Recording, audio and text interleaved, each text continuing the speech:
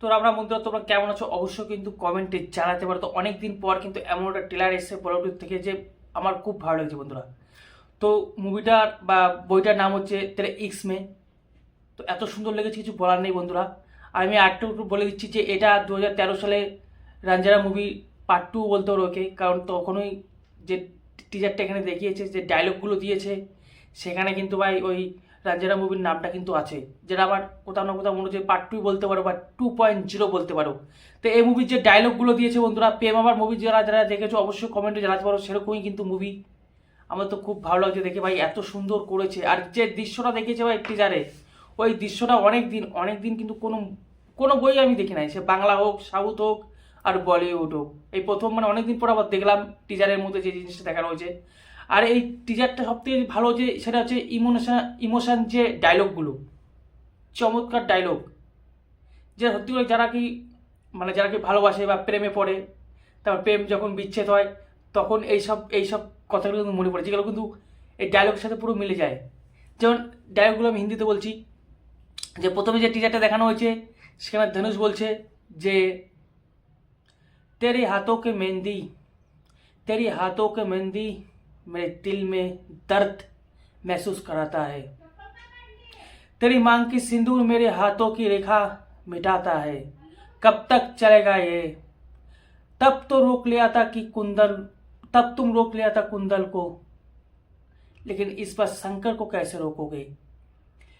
তারপরে আর একটা ডায়লগ চলে কিছুক্ষণ টিজারটা চলার পর আরেকটু ডায়লগ কীর্তি সামনে যে ডায়লগটা দেয় যে इश्क में क्या सिर्फ लड़के लोग ही मरता है, इश्क में क्या सिर्फ लड़के लोग ही मरता है शंकर बाबू, नहीं कुछ लड़की ऐसा भी है जो मरने का जज्बा रखता है।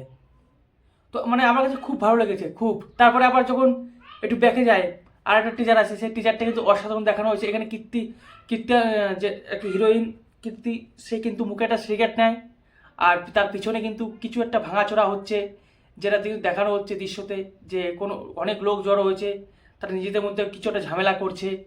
তারপর কিন্তু আবার কীর্তি কিন্তু কিছু ডায়লগ বলে, যে ডায়লগগুলো অসাধারণ।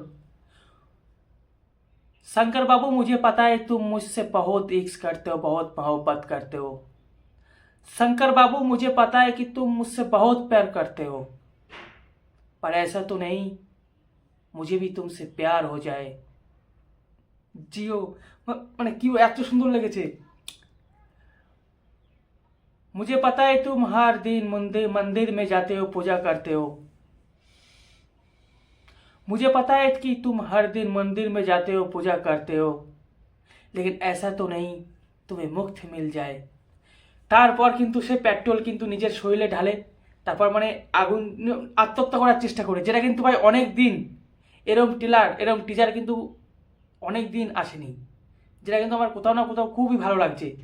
আর ওই মুভিতে যে রাঞ্জানা মুভিতে ছিল সেটা কিন্তু একজন পাগল ছিল প্রেমে, আর এখানে কিন্তু দুইজন পাগল। তো দুজন পাগল একদম কিন্তু ফাটিয়ে দিয়েছে ভাই।